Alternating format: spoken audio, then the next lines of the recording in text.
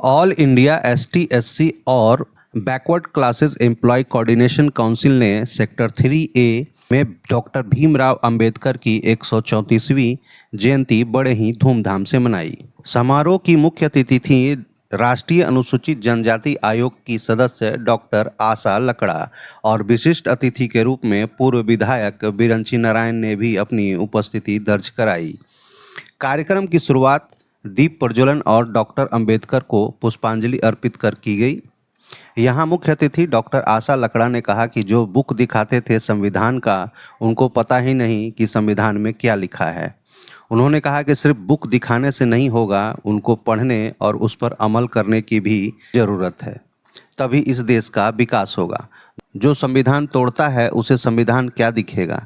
एक बार धारा 370 पूरे देश में लगा दी गई थी। काउंसिल के महासचिव संजय कुमार ने मंच का संचालन किया, जबकि अध्यक्ष सरोज कुमार ने स्वागत भाषण में अतिथियों का आभार प्रकट किया।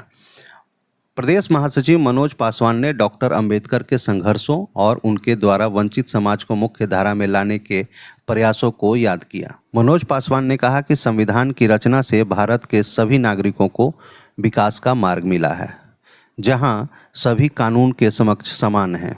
इस कार्यक्रम में बोकारो स्टील प्लांट के महाप्रबंधक AK अविनाश, AK सिंह, पटेल सेवा संघ के महासचिव प्रवीण कुमार, भाजपा के पूर्व जिलाध्यक्ष रोहित लाल सिंह, अनुसूचित जनजाति मोर्चा के प्रवक्ता शंकर रजक, डॉक्टर अवध किशोर, डॉक्टर सुरेंद्र प्रसाद सहित लगभग 500 के करीब गणमान्य लोग मौजूद रहे।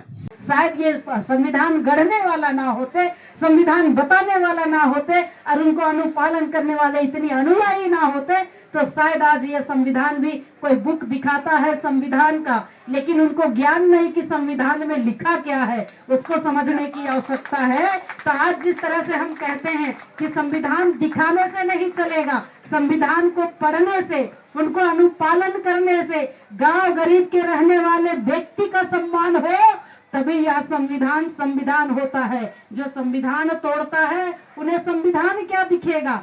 एक बार याद कीजिए, धारा 370, अगर हम जम्मू कश्मीर की बात करते हैं, 2010 में मैं भारतीय जनता पार्टी की राष्ट्रीय मंत्री थी, तो लाल चौक पर झंडा फहराना था तिरंगा, और बंगाल के क्षेत्र से एक तिरंगा यात्रा युवा मोर्चा और महिला मोर्चा साथ लेके चले।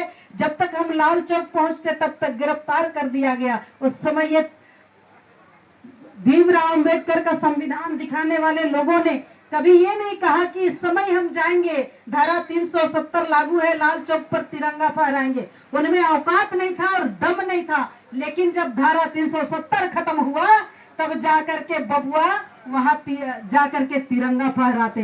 वो तो कोई भी व्यक्ति जो आंख नहीं देख पाता है, वो भी वहां तिरंगा फहरा के आ सकता है। तो ये किसने, आज देश के यशस्वी प्रधानमंत्री नरेंद्र भाई मोदी ने खड़े हुए, और उन्हीं का परिणाम है कि एक झारखंड के छोटे से गांव की बेटी को आज यहाँ लाके खड़ा कर दिए।